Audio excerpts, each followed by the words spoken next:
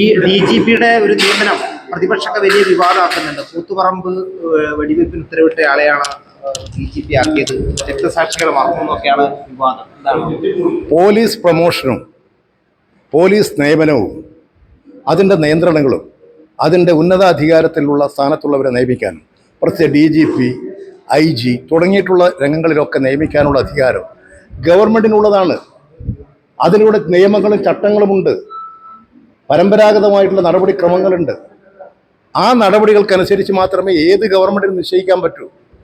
അത് മാത്രമേ കേരളത്തിൽ പിണറായി ഗവൺമെൻറ് നിശ്ചയിച്ചിട്ടുള്ളൂ.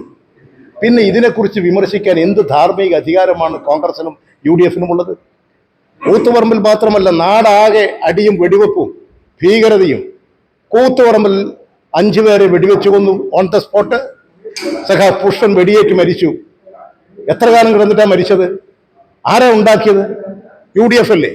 നിങ്ങൾക്ക് എന്ത് UDF-ന് എന്ത് ധാർമ്മികതയാ അതിനവലപിക്കാൻ ഇന്ന് വരെ നിങ്ങൾ കഴിഞ്ഞോ?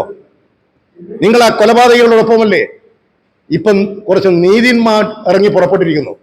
കപടവും കാപട്യവുമാണത്, വഞ്ചനയാണത്. അതാണ് UDF.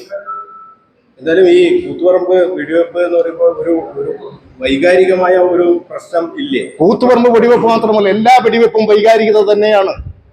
ജനങ്ങൾക്ക് വേണ്ടി പൊരുതിക്കൊണ്ടിരിക്കുന്ന പ്രസ്ഥാനമാണ് ഇടതുപക്ഷം. ഒട്ടനവധി ത്യാഗങ്ങളും കഷ്ടപ്പാടുകളും സഹിച്ചാണ് ഇന്നത്തെ കേരളം ഉണ്ടാക്കിയത്. ഇനിയും ഒരുപാട് ത്യാഗങ്ങളും കഷ്ടപ്പാടുകളും സഹിച്ചൊരു പുതിയ കേരളം ജനങ്ങൾക്ക് വേണ്ടി ഇവിടെ സൃഷ്ടിച്ചെടുക്കും. അത് ഇടതുപക്ഷത്തിൽ നിക്ഷിപ്തമായിട്ടുള്ള ചുമതലയാണ്. ആ ചുമതലയാണ് ഇപ്പോൾ നിർവഹിക്കുന്നത്. ആ സമയത്ത് കാലം എത്രയായി? കാലങ്ങൾ എത്ര പോയി? ഒരു കാലത്ത് കോൺഗ്രസിന്റെ AK ആന്റണി കേരളത്തിൽ ഇടതുപക്ഷ ജനാധിപത്യ മുന്നണിയോടൊപ്പമല്ലേ? കേരളത്തിൽ UDF കോൺഗ്രസിന്റെ പലരും കേരളത്തിൽ ഇടതുപക്ഷത്തോടൊപ്പം മന്ത്രിയല്ലേ? ഇങ്ങനെയുള്ള ചരിത്രങ്ങളൊന്നും മറന്നു പോകരുത്.